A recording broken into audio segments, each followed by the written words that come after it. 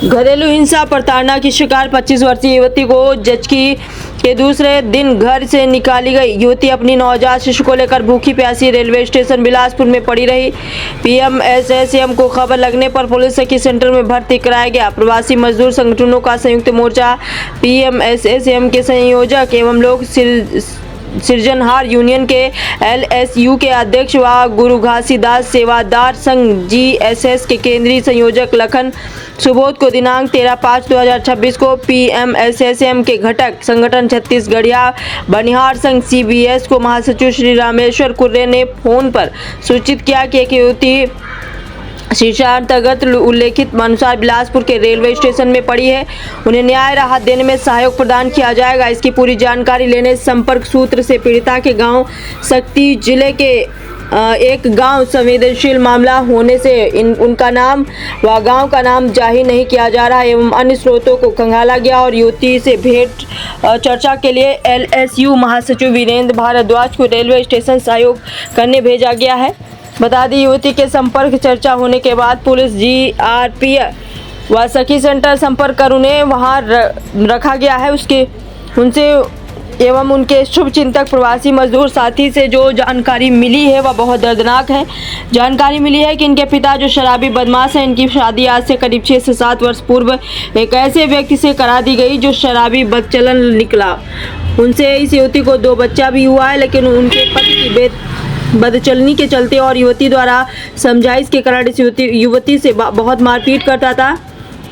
युवती ने बताया कि उनके पैर में बिजली वायर से बांध कर करंट लगाता था। इस पर वह युवती किसी तरह बाहर निकल कर इलाज करवाई। मायके में उनके बाप ने आश्रय नहीं दिया तो युवती बेबसी लाचारी में प्रवासी मजदूर बनकर गुजरात चली गई।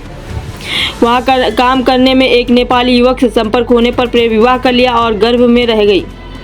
लेकिन वह नेपाली युवक भी गर्भ होने के बाद बात जानकर मैं अपने देश कुछ काम से जा रहा हूं कहकर चला गया। युवती इस हालात में अपने परिवार के परिचित रिश्तेदार जो खुद हैदराबाद में प्रवासी मजदूर हैं के साथ चली गई और उनके आश्रय में रही।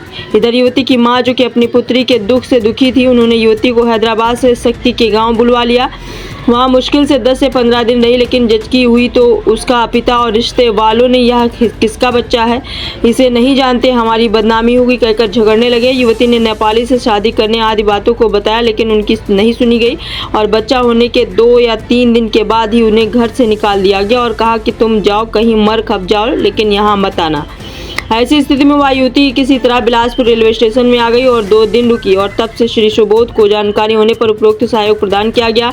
दिनांक 15/5/2026 को सुबोध एवं एलएसयू जीएसएस ऑफिस सचिव अजय अनंत सखी सेंटर में जाकर युवती व शिशु के स्वास्थ्य की जानकारी ली, उन्हें आश्वस्त किया है। विशेष बात यह कि हमें जानकारी मिली है कि वह जिस नेपाली से शादी की बात कह रही है वह एक ऐसे व्यक्ति हो सकता है जो फ्रॉड करके युवती से शादी के नाम पर सिर्फ शारीरिक शोषण करने वाला है, लेकिन लड़की ऐसा नहीं मानती है। हमने युवती को समझाया कि तुम्हारे साथ जिन जिन लोगों ने जुल्म किया है उन सबके खिलाफ एफआईआर लिखाओ, हम हर तरह से सहयोग करेंगे। अभी युवती की मानसिक हालत सामान्य नहीं है, वह अकेलापन आश्रय की शिकार है, लेकिन हमारी बातों का कुछ असर हुआ है और उन्होंने कहा कि यदि आप लोग सहयोग देंगे तो मैं रिपोर्ट करूंगी। मेरे पति जो नेपाली है वह भी फ्रॉड होगा तो उसके खिलाफ भी रिपोर्ट करूंगी।